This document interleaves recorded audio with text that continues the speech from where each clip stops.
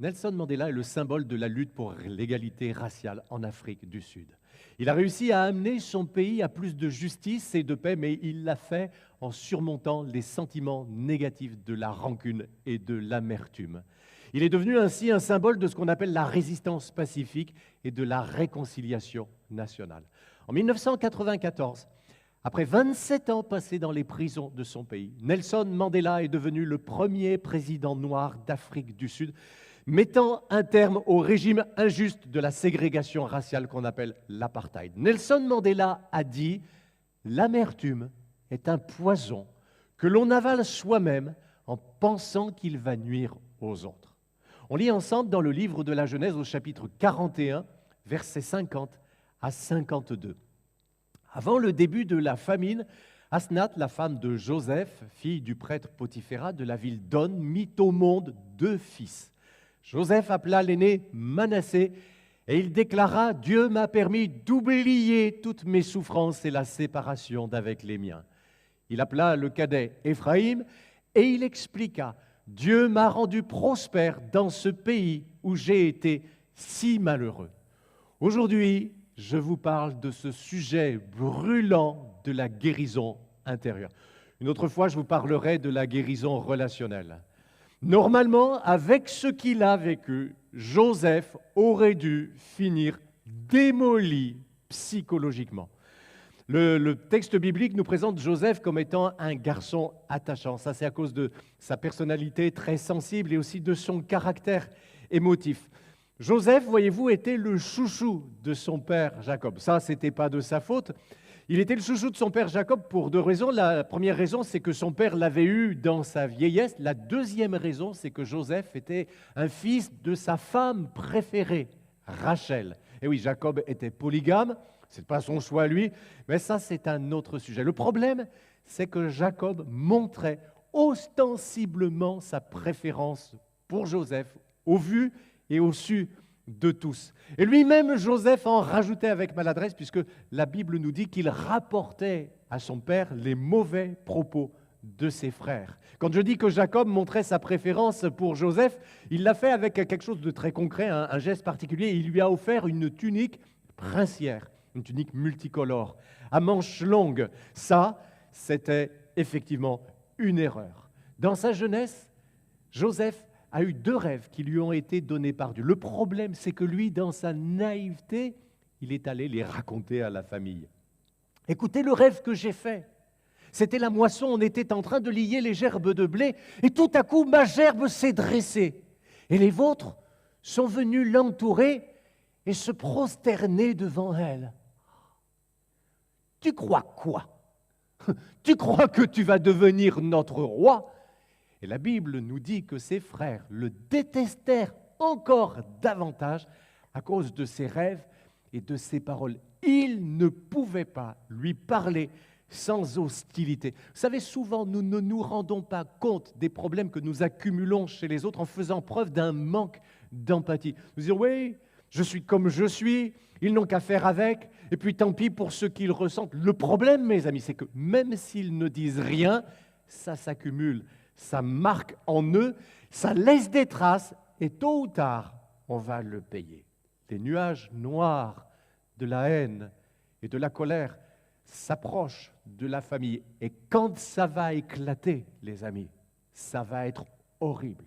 Effectivement, les frères ont profité qu'un jour, ils étaient loin de la maison et loin de leur père pour mettre la main sur Joseph quand il s'est approché d'eux. Leur première intention, ça a été de lui faire la peau. Ils voulaient tout simplement le tuer. Vous savez, la jalousie est un des sentiments les plus destructeurs parmi ceux que peuvent éprouver les êtres humains. Mais au dernier moment, ils ont renoncé à ce projet, ils l'ont modifié en décidant simplement de vendre Joseph à des marchands d'esclaves. Alors ils lui ont pris, voyez-vous, sa belle tunique de chouchou. Ils la l'ont lui arrachée. Et après l'avoir vendue à des marchands d'esclaves, ils ont trempé sa tunique dans le sang d'un bouc.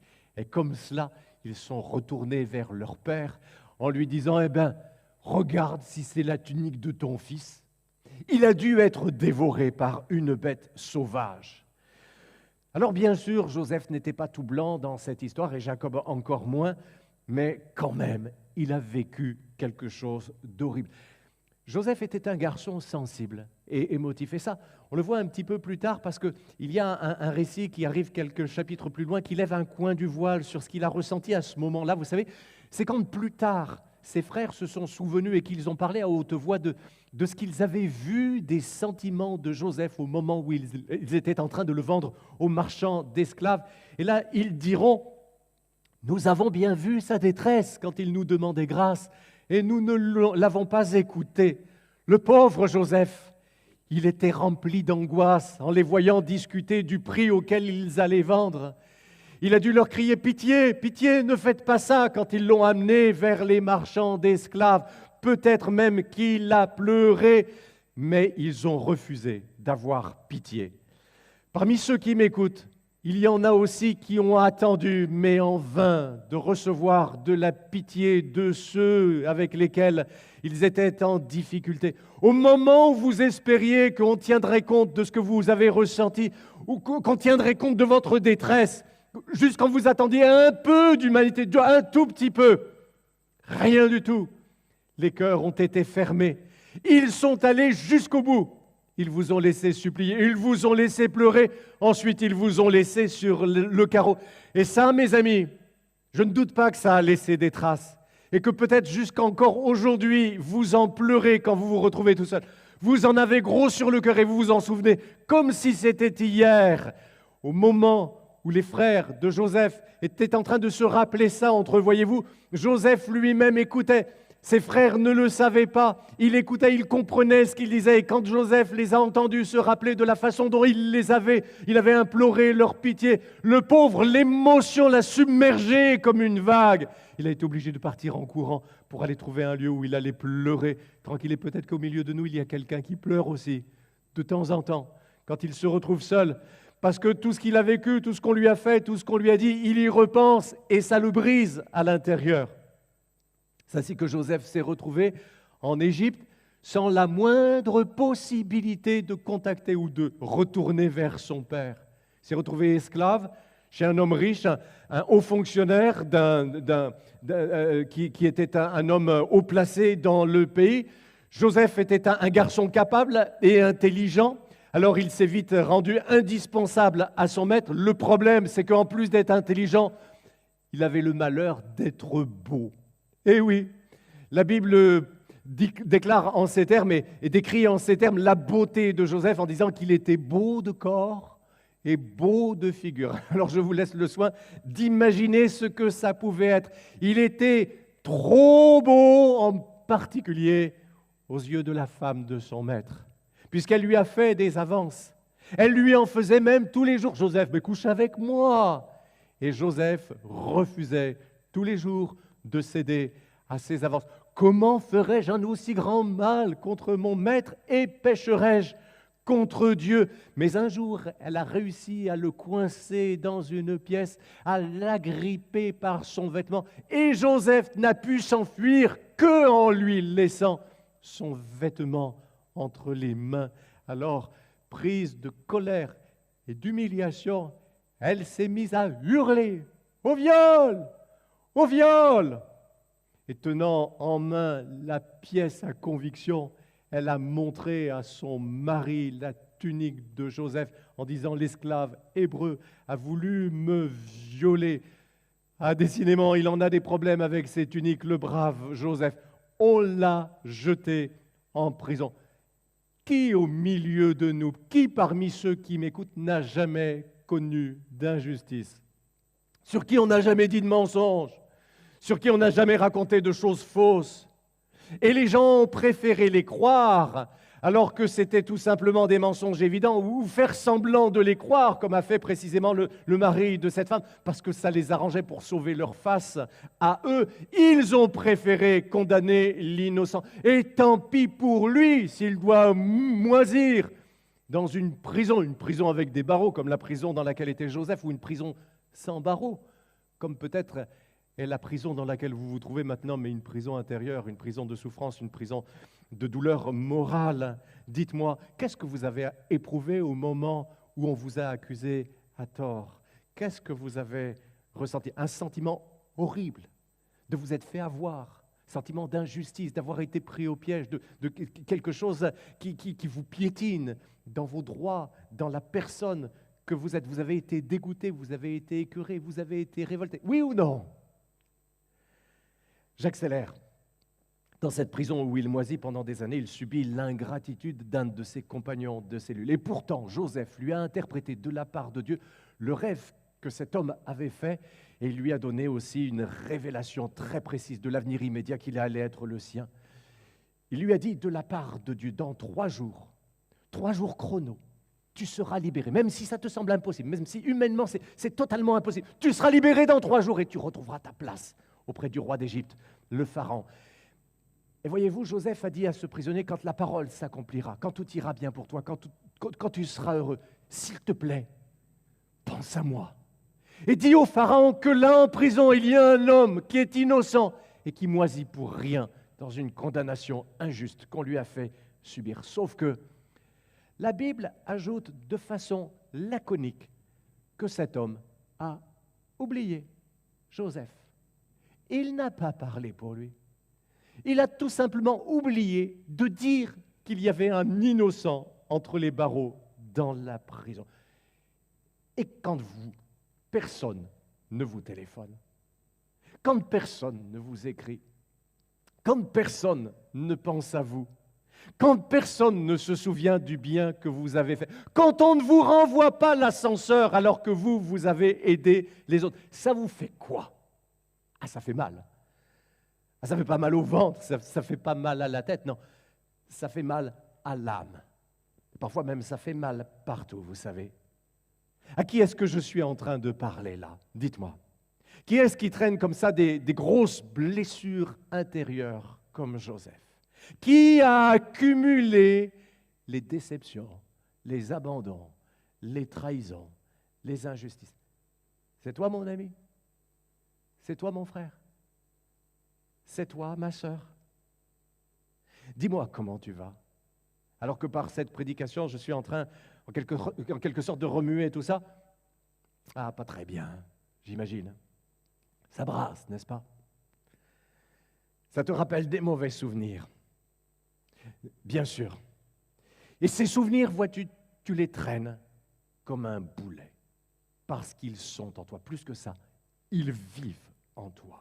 Jusqu'à présent. Ils sont virulents et ils te pourrissent la vie.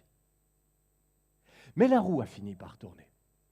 Joseph est sorti de son trou et les rôles se sont renversés. C'est le genre de situation et de retournement de situation comme Dieu seul sait les faire. Joseph, non seulement est sorti de prison, mais il est devenu le gouverneur de l'Égypte.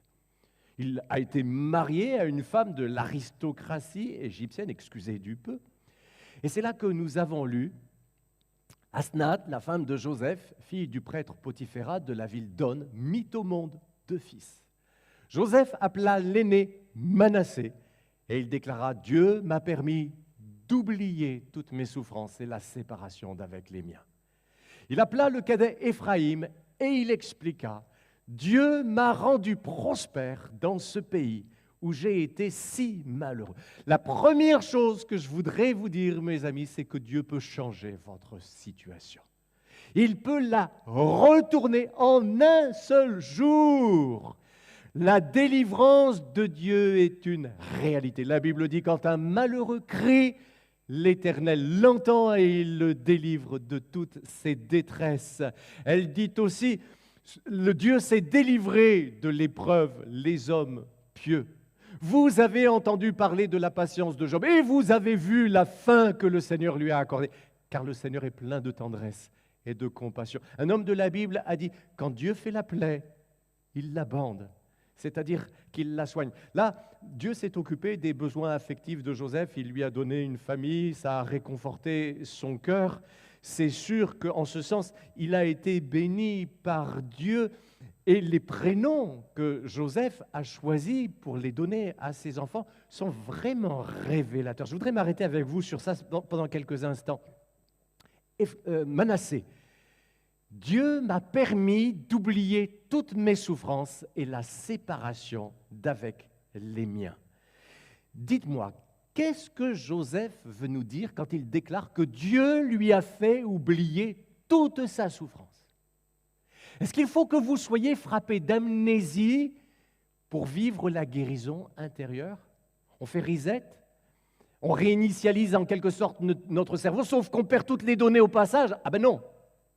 En fait, si Joseph avait justement oublié au sens propre tout ce qui lui était arrivé, il n'aurait pas choisi d'appeler son fils Manassé, ce qui veut dire oublier. Non, quand Joseph nous dit que Dieu lui a fait oublier toute sa souffrance, il veut dire que ses émotions en ont été guéries. Son âme est guérie de tout ce qu'il a vécu et de ses mauvais souvenirs. Alors, si vous avez commencé une thérapie, finissez-la parce que vous en avez certainement besoin. Mais Dieu va faire en vous, Dieu lui-même va faire en vous ce qu'aucun médecin ne pourra jamais faire, ce que même les meilleurs psychologues du monde sont incapables de faire.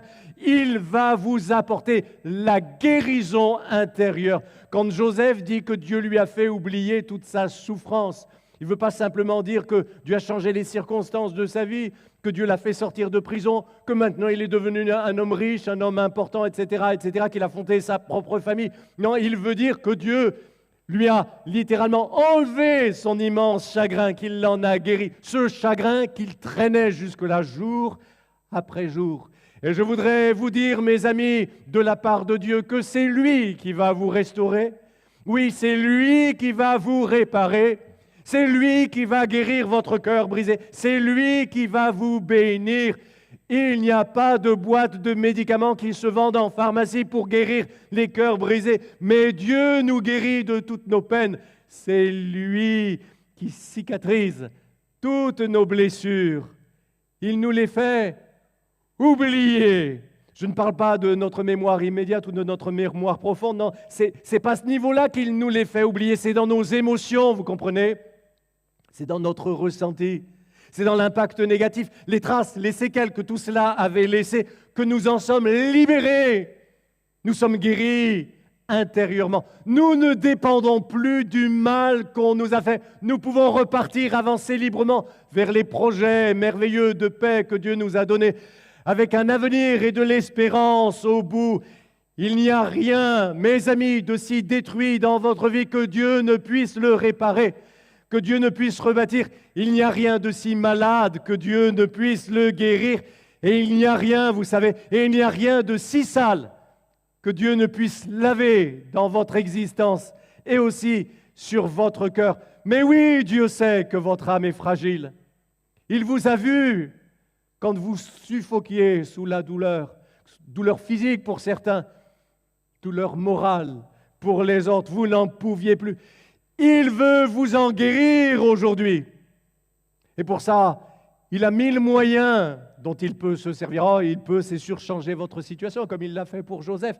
Il peut se servir d'un changement, d'une amélioration dans votre situation familiale pour réconforter votre cœur. Pour quelqu'un d'autre, il peut changer votre situation matérielle en vous donnant d'être plus confortable, d'être plus à l'aise financièrement. Même si ce n'est pas une doctrine, même si Dieu n'a aucune obligation de le faire, il peut le faire et il le fait parfois, il le fait souvent.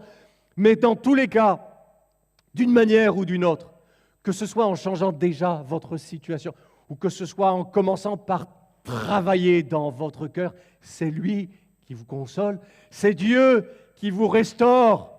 Lui seul saura consoler ton cœur. Lui seul saura calmer ta frayeur. Lui seul saura ramasser, recoller les morceaux de ton cœur brisé. Lui seul peut tout effacer, il peut tout guérir. Puis Joseph a eu un deuxième fils.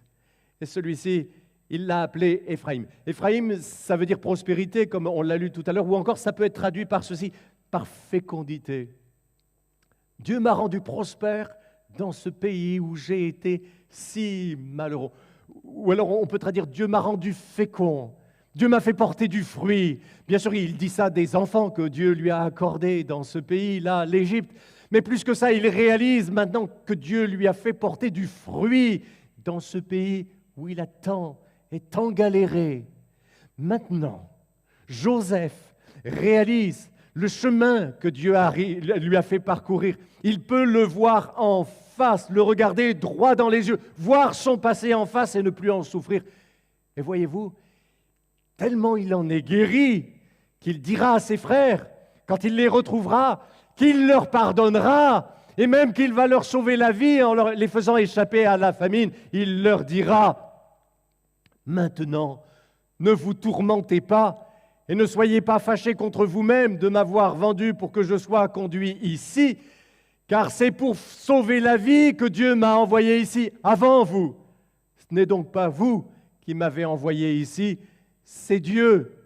Quelle clairvoyance, quelle lucidité, quelle sérénité aussi, quelle guérison intérieure merveilleuse. Il a vécu pour pouvoir dire ça parce que c'était vrai quand il l'a dit, c'était sincère quand il l'a dit. Joseph a accepté, il a su reconnaître, il a discerné, il a compris son chemin, que même les choses injustes et horribles qu'il avait vécues avaient été permises par Dieu dans un but bienveillant pour lui, mais pas que pour lui, un but bienveillant pour sauver à travers lui, même à travers ses souffrances, toute sa famille et même ses frères qui l'avaient vendu. Je voudrais vous dire, mes amis, vous avez besoin de regarder en face votre passé.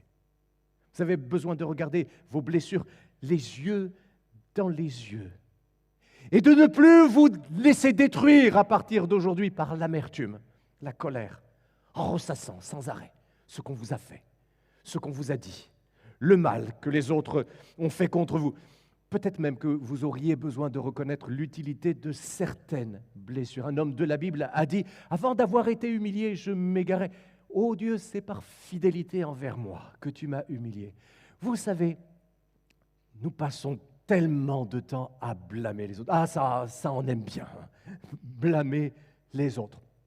Nous aimons rejeter la faute sur les autres. Mais en faisant ça, nous perdons notre temps. Et surtout, nous gâchons notre vie. Je vais vous dire quelque chose. Il y a une seule personne sur laquelle, en fait, vous pouvez véritablement travailler, et cette personne, c'est vous-même. Quand vous aurez été guéri par Dieu, parce que vous aurez laissé Dieu agir en vous, quand vous aurez été guéri par Dieu, alors à ce moment-là, vous pourrez aider les autres aussi à trouver la guérison en Dieu, comme vous l'avez trouvé en Dieu. Pendant combien de temps encore? Est-ce que vous allez laisser la déception, la rancune, la colère, la haine vous bloquer dans votre vie, ruiner votre avenir? Allez, pourrir la personne que vous êtes. Combien de temps? Tout ça vous empêche d'avancer et d'être béni.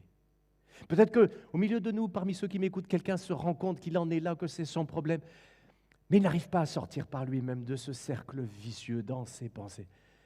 On va prier pour toi tout à l'heure, mon ami. Allez, quelques citations anonymes. L'amertume est une chaîne invisible qui nous rattache à ce qui nous a blessés et qui nous empêche d'avancer vers ce qui pourrait nous libérer. Ne pas guérir de ces blessures, c'est leur donner le pouvoir de nous retenir dans le passé. Nous libérer de l'amertume, c'est briser la chaîne qui nous relie au malheur que nous avons vécu.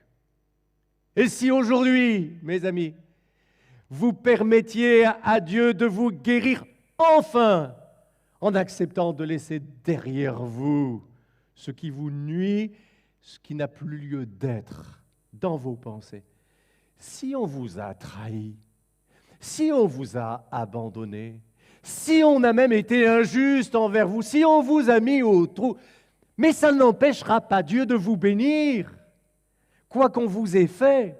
Si un garçon brutal, si un homme sale a abusé de vous et de votre corps, même ça n'empêchera pas Dieu de vous bénir. Et si on vous a fait un sale coup au boulot, si on a piqué votre bonne idée pour que quelqu'un d'autre s'en attribue le mérite, même si on a détourné votre prime de résultat, ça n'empêchera pas Dieu de vous bénir quand même, lui, pour sa part. Même si vous êtes tombé dans l'addiction parce que vous alliez mal, peut-être à cause de ce qu'on vous a fait ou à cause de vous-même, de votre faiblesse, etc. Même si vous allez aujourd'hui de drogue dure à drogue plus dure encore, ça n'empêche toujours pas Dieu de vous bénir. Et même si vous veniez de toucher un billet pour avoir accepté de coucher, vous m'avez compris? Même ça n'empêchera pas Dieu de vous bénir. Il vous tend la main, est-ce que vous ne le voyez pas? Et dès que vous lui tendrez la vôtre, il saisira votre main et il vous amènera vers les projets merveilleux de paix qu'il a prévus d'avance pour vous donner un avenir et de l'espérance. Alors sortez de votre amertume. Ne restez pas prisonnier de votre passé. Dieu va faire quelque chose de nouveau avec vous, quelque chose de merveilleux, quelque chose de meilleur. Voyez, en réfléchissant à tout ce qu'avait été sa destinée jusque-là, Joseph a compris quelque chose. Il a compris que Dieu s'était servi de son chemin de souffrance pour sauver maintenant la vie à ses frères et à toute sa famille, et même à l'Égypte tout entière. Il l'a accepté. Il n'a pas dit à Dieu, mais tu aurais pu trouver un autre moyen pour en arriver là. Il ne lui a pas dit, tu aurais pu trouver un chemin plus juste pour faire la même chose. Non, il a accepté le chemin par lequel Dieu l'a fait passer. La preuve, c'est lui qui est allé consoler ses frères en leur disant, donc, ce n'est pas vous qui m'avez envoyé ici, c'est Dieu lui-même qui l'a fait. Il a été complètement guéri. Et vous? Et toi? Où est-ce que tu en es? Dis-moi. Passe de l'amertume au pardon pour que tu puisses passer de la souffrance à la guérison. Tu as entendu le mot que j'ai dit? J'ai dit le mot pardon. Parce que si tu ne donnes pas le pardon, si tu ne libères pas le pardon pour les autres, toi aussi, tu resteras bloqué. Tu resteras malade. Tu resteras malheureux. Je relève encore une leçon que vous et moi, nous avons besoin d'apprendre. La Bible dit, reconnais le Seigneur dans toutes tes voies et c'est lui qui aplanira tes sentiers. C'est exactement ce que Joseph a fait. Il a su reconnaître Dieu dans tout ce qui lui arrivait, dans toutes ses voies. Et Dieu a aplani son chemin. Regardez comment Joseph a dit à la femme de Potiphar, comment pourrais-je commettre un aussi grand mal et pécher contre Dieu? Il a dit encore aux 2 fonctionnaires égyptiens qui étaient emprisonnés avec lui, qui étaient malheureux et troublés parce qu'ils n'arrivaient pas à comprendre les rêves qu'ils avaient faits, n'est-ce pas à Dieu qu'appartiennent les explications? Et puis plus tard, quand il se retrouvera face au roi d'Égypte, le pharaon lui-même, et que pharaon lui dira, alors il paraît que tu sais interpréter les rêves, Joseph lui dira ceci, ce n'est pas moi, c'est Dieu qui donnera une réponse favorable au pharaon. Et quand Joseph va interpréter ses rêves surnaturellement par la puissance du Saint-Esprit et qu'il lui aura dit ce que Dieu a décidé de faire pour l'Égypte, alors Joseph va conclure en disant « Dieu a révélé au pharaon ce qu'il va faire. » Joseph a dit « J'appelle mon premier fils, mon fils aîné, Manassé, car Dieu m'a permis d'oublier toute ma souffrance et la séparation d'avec les miens. Et j'appelle mon deuxième fils, mon cadet, Éphraïm, car Dieu m'a rendu prospère dans ce pays où j'avais été si malheureux. » Il a dit à ses frères, c'est pour vous sauver la vie que Dieu m'a envoyé ici avant vous. Ce n'est donc pas vous qui m'avez envoyé ici, c'est Dieu. Toi aussi, mon ami, reconnais Dieu dans toutes tes voies. Et tu verras, il aplanira aussi tes sentiers. Maintenant, comme Joseph, sois capable de regarder ton chemin et ton passé les yeux dans les yeux.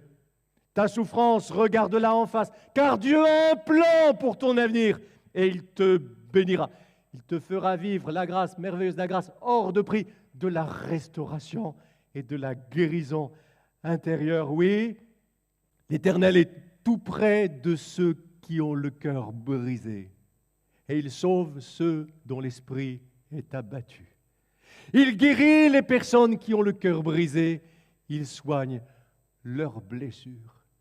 Et c'est notre Seigneur Jésus qui, dans sa première prédication publique dans la synagogue de Nazareth, a déclaré, citant les paroles du prophète Ésaïe, « L'Esprit du Seigneur est sur moi, il m'a oint, il m'a envoyé pour guérir ceux qui ont le cœur brisé. » Vous entendez, mes amis? C'est notre Seigneur Jésus qui guérit les cœurs brisés. Et lui, il sait ce que c'est que d'avoir le cœur brisé. Parce que l'abandon, la trahison, la souffrance, l'humiliation, il l'a connu infiniment plus que nous tous. Mais il a su pardonner. Père, pardonne-leur, parce qu'ils ne savent pas ce qu'ils font. Et un petit peu comme Joseph vis-à-vis de ses frères, il nous console même en nous disant, en réalité, ce n'est pas simplement vous qui m'avez envoyé là, à la croix. C'est Dieu qui m'y a envoyé pour vous sauver la vie. Jésus-Christ, notre Seigneur, qui guérit les cœurs brisés. À notre Seigneur Jésus qui nous guérit de toutes nos blessures. À notre Dieu qui est juste, bon et parfait. Il fait toutes choses belles en son temps. À lui soit la gloire dans nos vies et dans l'Église. Amen. Nous avons été heureux de vous proposer ce message. Déjà, s'il vous a plu, n'hésitez pas à le liker, voire à laisser un commentaire. Ça permettra à la vidéo de rayonner davantage auprès des autres utilisateurs. Aussi, abonnez-vous à notre chaîne. Ça vous permettra de bénéficier en continu du reste de nos programmes. Que Dieu vous bénisse.